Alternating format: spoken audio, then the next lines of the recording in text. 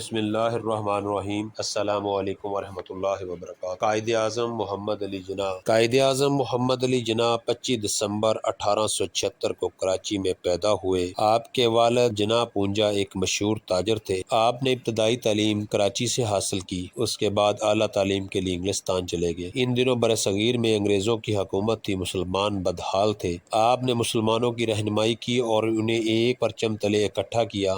آپ کی محنت رنگ لائی اور ایک طویل جدوجہد کے بعد مسلمانوں نے ایک آزاد وطن پاکستان حاصل کیا۔ آپ پاکستان کے پہلے گورنر جنرل بنے۔ آپ ایک ذہین، بہادر، محنتی اور نڈر رہنما تھے۔ آپ نے اپنی قوم کو ایمانداری اور محنت کا درس دیا۔ آپ 11 ستمبر 1948 کو وفات پائی۔ آپ کا مقبرہ کراچی میں ہے۔ آج قائد اعظم کا یوم وفات ہے۔ 11 ستمبر 1948 کو آپ نے وفات پائی۔ قائد اعظم کے بارے میں چند اقوال، قائد اعظم کی چند مثالیں، قائد اعظم کی چند ذہانت کے واقعات آج میں آپ کے سامنے شیئر کروں گا۔ ناظرین، اگر آپ میرے چینل کو ابھی تک آپ نے سبسکرائب نہیں کیا تو سبسکرائب کر لیں۔ یہ تھے ہمارے لیڈر قائد اعظم محمد علی جناح۔ پاکستان کی کابینہ کا پہلا اجلاس تھا۔ اس اجلاس میں قائد اعظم بھی موجود تھے۔ اے ڈی سی گل حسین نے قائد اعظم سے پوچھا، سر، اجلاس میں چائے پیش کی جائے یا کافی؟ قائد اعظم نے چونک کر سر اٹھایا اور فرمایا، یہ لوگ گھروں سے چائے کافی پی کر نہیں آتے۔ اے ڈی سی گھبرا گئے۔ آپ نے پھر فرمایا،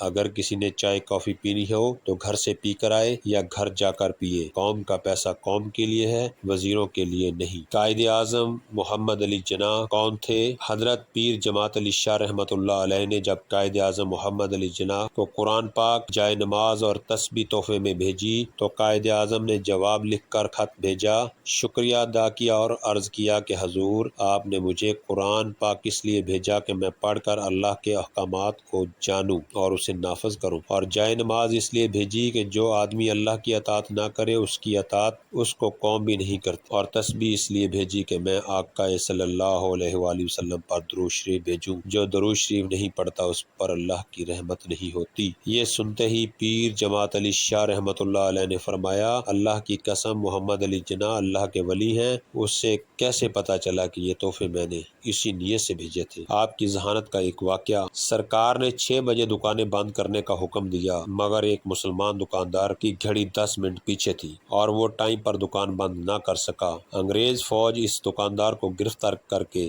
جج کے پاس لے گئی۔ دکاندار نے بہت منت سماجت کی لیکن جج ضمانت دینے کو تیار نہ تھا۔ وکیل نے بہت سے دلائل دیے مگر بے سود، مگر وکیل بھی ہار ماننے والوں میں سے نہ تھا اور کمرہ عدالت میں موجود سب کی گھڑیاں اتار کر جج کے سامنے رکھ کر بولا، جناب، ان سب کا ٹائم ایک ہے؟ جج نے کہا نہیں۔ تو وکیل نے جو سوال کیا، اگر اس کمرہ میں سب کی گھڑیوں کا ٹائم ایک نہیں تو پورے ملک میں ایک ایسا کیسے ہو سکتا ہے؟ تو پورے ملک میں ایسا کیسے ہو سکتا ہے؟ جج لاجواب ہو گیا اور بہت متاثر ہوا اور وکیل سے کھڑا ہو کر ہاتھ ملا کر شکریہ ادا کیا۔ یہ تھے ہمارے وکیل قائد اعظم محمد علی جناح۔ قائد اعظم محمد علی جناح نے فرمایا، مجھ سے اکثر پوچھا جاتا ہے کہ پاکستان کا طرز حکومت کیا ہوگا۔ پاکستان کے طرز حکومت کے بارے میں اس کا تعین کرنے والا میں کون ہوتا ہوں؟ مسلمانوں کا طرز حکومت آج سے 1300 سال قبل قرآن کریم نے وضاحت کے ساتھ بیان کر دیا تھا۔ الحمدللہ، قرآن مجید ہماری رہنمائی کے لیے موجود ہے اور قیامت تک موجود رہے گا۔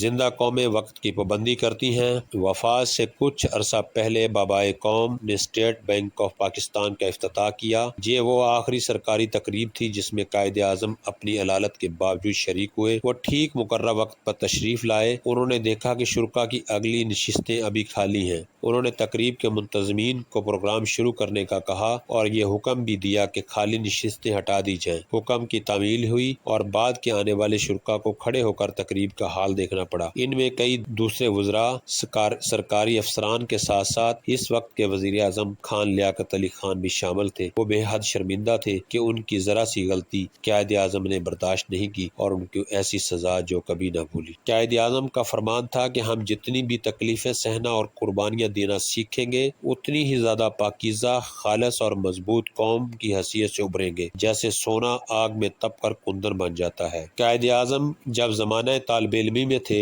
تو جب آپ لندن یونیورسٹی میں تعلیم حاصل کر رہے تھے تو ایک انگریز پروفیسر پیٹرز جو ان سے شدید نفرت کرتے تھے، ایک دن پروفیسر ڈائننگ روم میں لنچ کر رہے تھے تو جناب یہ اپنی ٹرے لے کر اسی ٹیبل پر بیٹھ گئے، جو پروفیسر کو اچھا نہ لگا اور انہوں نے جناب کو کہا کیا آپ کو نہیں پتا کہ ایک پرندہ اور ایک سور ساتھ بیٹھ کر نہیں کھا سکتے؟ جناب نے اطمینان لہجے میں جواب دیا کہ آپ پریشان نہ ہوں، I will fly to another table۔ جناب کے اس جواب پر پروفیسر کو غصہ آیا اور اس نے انتقام کا فیصلہ کر لیا۔ اگلے ہی دن پروفیسر نے جناح سے سوال کیا کیا تم کو راستے میں 2 بیگ ملے، ایک میں دولت اور دوسرے میں دنائی، تم ان میں سے کون سا بیگ اٹھاؤ گے؟ جناح نے بغیر ہچکچاہٹ کے جواب دیا دولت والا بیگ۔ جناح کے اس جواب پر پروفیسر نے طنزیہ مسکراہٹ کے ساتھ جواب دیا کہ اگر میں تمہاری جگہ ہوتا تو دنائی والے بیگ کو اٹھاتا۔ جناح نے جواب دیا کہ ہر انسان وہی چیز چاہتا ہے جو اس کے پاس نہیں ہوتی۔ ممار پاکستان نے کہا قائد اعظم نے لندن سے کراچی آمد پر زمینداروں کے ایڈیٹر مولانا ظفر علی خان اور سردار عبدالرب نشتر کے سامنے کہا میں لندن میں امیرانہ زندگی بسر کر رہا تھا، اب میں اسے چھوڑ کر انڈیا اس لیے آیا ہوں